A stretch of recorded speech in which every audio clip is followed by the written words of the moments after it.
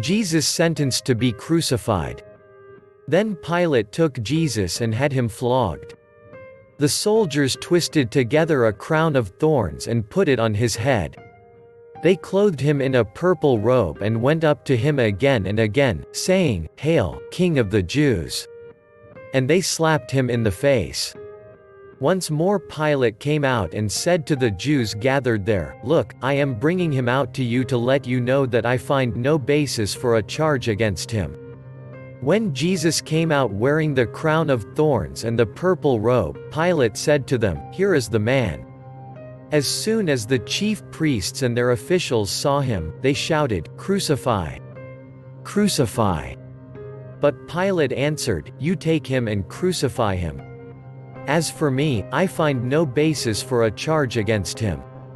The Jewish leaders insisted, "We have a law, and according to that law he must die, because he claimed to be the Son of God." When Pilate heard this, he was even more afraid, and he went back inside the palace. "Where do you come from?" he asked Jesus, but Jesus gave him no answer. "Do you refuse to speak to me?" Pilate said. "Don't you realize I have power either to free you or to crucify you?" Jesus answered, "You would have no power over me if it were not given to you from above. Therefore the one who handed me over to you is guilty of a greater sin."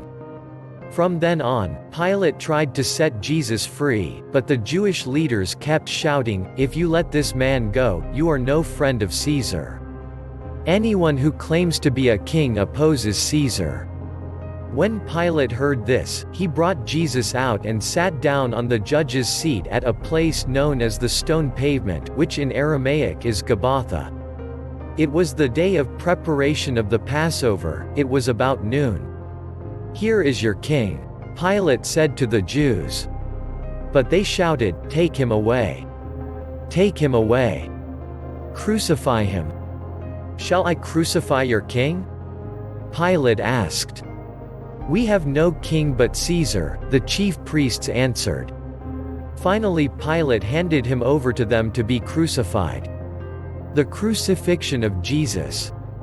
So the soldiers took charge of Jesus. Carrying his own cross, he went out to the place of the skull, which in Aramaic is called Golgotha. There they crucified him, and with him 2 others, one on each side and Jesus in the middle. Pilate had a notice prepared and fastened to the cross. It read, "Jesus of Nazareth, the King of the Jews." Many of the Jews read this sign, for the place where Jesus was crucified was near the city, and the sign was written in Aramaic, Latin and Greek. The chief priests of the Jews protested to Pilate, "Do not write the King of the Jews, but that this man claimed to be King of the Jews." Pilate answered, "What I have written, I have written." When the soldiers crucified Jesus, they took his clothes, dividing them into 4 shares, one for each of them, with the undergarment remaining. This garment was seamless, woven in one piece from top to bottom. "Let's not tear it," they said to one another. "Let's decide by lot who will get it." This happened that the scripture might be fulfilled that said, "They divided my clothes among them and cast lots for my garment." So this is what the soldiers did. Near the cross of Jesus stood his mother's sister, Mary the wife of Clopas, and Mary Magdalene. When Jesus saw his mother there, and the disciple whom he loved standing nearby, he said to her, "Woman, here is your son," and to the disciple, "Here is your mother."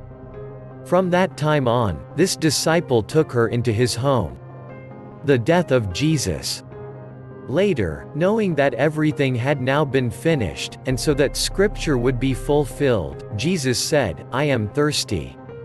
A jar of wine vinegar was there, so they soaked a sponge in it, put the sponge on a stalk of the hyssop plant, and lifted it to Jesus' lips.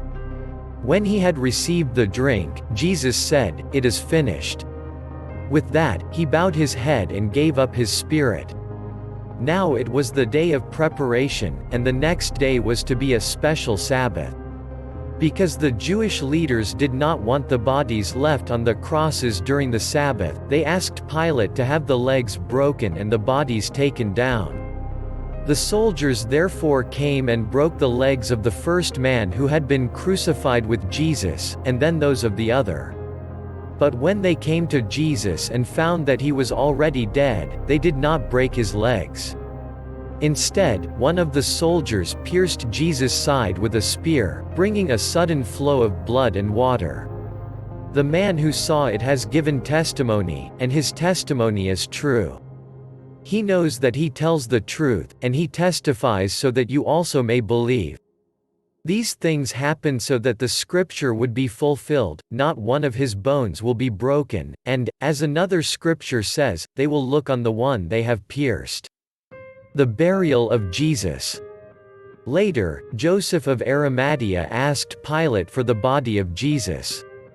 Now Joseph was a disciple of Jesus, but secretly because he feared the Jewish leaders. With Pilate's permission, he came and took the body away. He was accompanied by Nicodemus, the man who earlier had visited Jesus at night. Nicodemus brought a mixture of myrrh and aloes, about 75 pounds. Taking Jesus' body, the two of them wrapped it, with the spices, in strips of linen.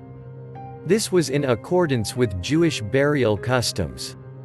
At the place where Jesus was crucified, there was a garden, and in the garden a new tomb, in which no one had ever been laid.